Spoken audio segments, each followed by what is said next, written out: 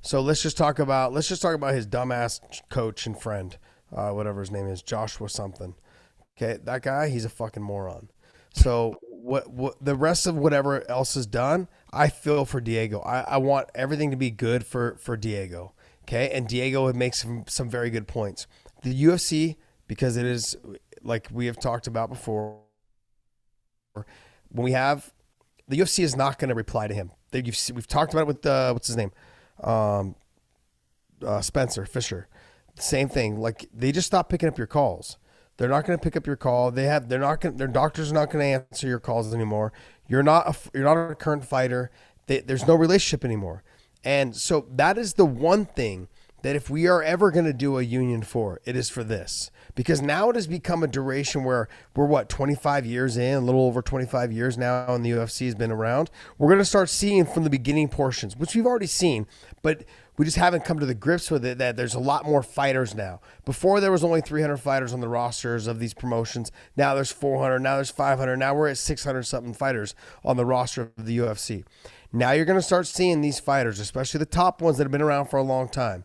They're going to start wanting to come back and get some sort of medical help for everything that's going on with them. And it's not going to happen. So when we talk about like the Ali Act, I give two shits about the Ali Act. I care more about let's get some sort of insurance fund for the fighters after. That's what I care about. Some sort of retirement fund, some sort of insurance fund to make sure that they are taken care of after. That's all I care about.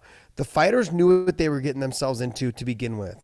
And Diego, like he said, he's like, you realize when my last fight ended, when this fight was going to end, and he knew that was going to be done, that they wouldn't pick up his phone calls anymore. And he's 100% correct.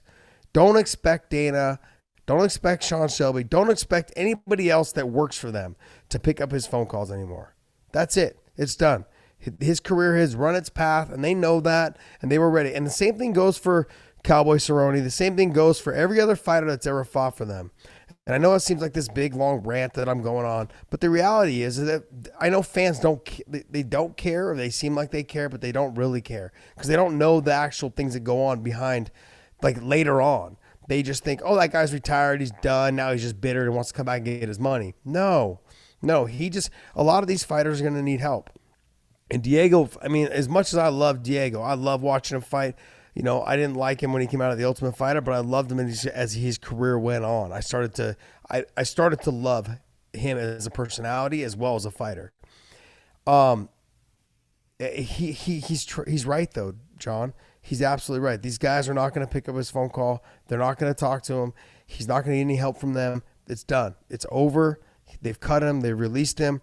They've moved on. This Joshua Fabia guy, all he did was just speed it up. That's the reality. Like he's a moron. I mean, I just wish that I wish that he wasn't associated with Diego, but he is, and there's nothing you can do about it. He's a moron, you know. And you, like you said, when I was watching the video of him give his little speech to Paul Felder and to Megan O'Leary and them. Like, dude, it was all about you. That's it. Like John, like it was all about him. Yep. It had nothing to do with Diego. It was all about, me as a person, and to hear you say those things. Shut up, man. Like, make it about your fighter. Make it about him. And it was never about Diego. It was about him. He wanted the spotlight, and I've seen this happen. I've seen this happen with coaches at AKA. We've lost a lot of coaches out of AKA because all of a sudden they couldn't go in the cage, or all of a sudden they couldn't, like they didn't get invited to the fight to corner because they'd held mitts a couple times. They want that respect, and they feel like they deserve to be like in the limelight because they're working with a star. It doesn't work that way, man. The star is the star, and you are just the person that's doing the work to help them get there. I get it. Maybe you deserve a little bit more clout, but you'll get it with time with more than one star. That's the thing. And this guy, this is it. No, I can't imagine another fighter ever working with him ever. Well, I don't think that's going to happen either. But it's a matter of, when you're looking at this entire thing, for all the people out there, and whether you liked Joshua Fabia or you don't like him, whether you're listening to the comments made by the UFC commentators at times about him, what you really need to look at is this. he's saying that he has changed Diego's career, and he's right. He has, because Diego was a certain type of fighter, and Diego was that junkyard dog. I'll take one to give one. I mean, just go back and take a look at Diego's face after the Martin Kampman fight. It was in Kentucky. Dave, if you could pull that fight up, take a look at they'll have a picture of his face. This is a guy that wins the fight. All right. He's got a cut over each eye. He's got a cut under each eye. He's got a mouse, underneath his eye. He's got a cut nose. He's got cut lips.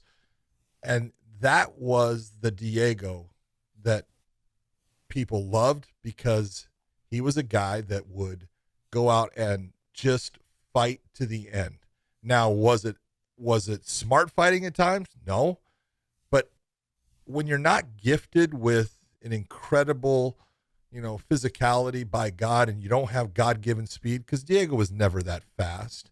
He was a tough human being, a guy who would put up with a lot of discomfort, a lot of pain to try to deliver something so he could get a win.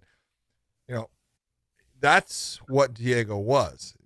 Greg Jackson being the guy that was his coach in the beginning, and then if you remember, Diego went off to Iberio.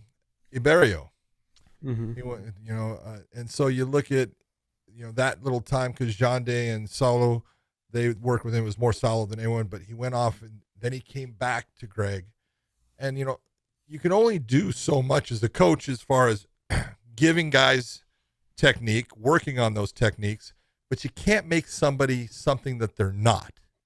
You can't make a guy this slick boxer or slick striker when that's just not their body style. That's not the way they move. That's not the way that they can actually perform. You got to go with what they are. And Diego he's that freaking meat grinding, just battle axe that comes forward and goes after you. And that's why people loved him. Take a look at the fights he had. Take a look at like the Gil Melendez fight. That was Gil's only win, I think, in the UFC when he was in there. What a fight it was. That was in Texas, and it was just a barn burner. Baby is talking about, I've changed the way he's fight. Yeah, he hasn't won shit since you coached him. The only fight that he's won was one that he got hit with an illegal knee by Michael Pereira, and they DQ'd Pereira. Yeah. That's the only fight he's won with you. So, you're going to sit here and give us this big, long thing about, what you've done. Yes, you did change the way he's fighting. He's just not as good a fighter, and he's an older fighter. And I'm not saying that, a lot of people could have changed much of what he did, but, Diego is what he is. And I love Diego. He's a good person. He's always been that guy that was off on all these different things. But you get these people that all of a sudden, for whatever reason, the fighter starts to believe in them, and now they're around and they're doing things, and it's about them. And that's where this guy's bad, because it's never about you as the coach. It's not about Greg Jackson. It's not about Javier Mendez. It's not about, any of them. What happens when you're the trainer and you're a well-known trainer, if you're that guy that's, out there and you are, we'll say Greg Jackson or Mike Winklejohn, or you're Eric Nipsick, or any of the guys that are now being named. You're being named because the commentators, the Joe Rogans of the world, the Paul Felders, that work with Duke Rufus or something like that, they start to talk about you and what you can do and how you interact with fighters and how your teaching has helped them and things like that. And so people start to hear those names.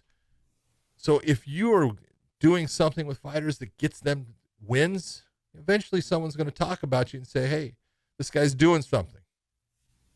That's why no one talks about you, dude. Or if they do talk about you, they say, man, I have no freaking clue what that guy is thinking right now. Yeah. Because you're not the guy, and it's not about you. Well, that's why people talk about Krause. That's why people talk about Mike Brown. Yeah. Like we give those coaches tons of props. Absolutely, and they deserve it.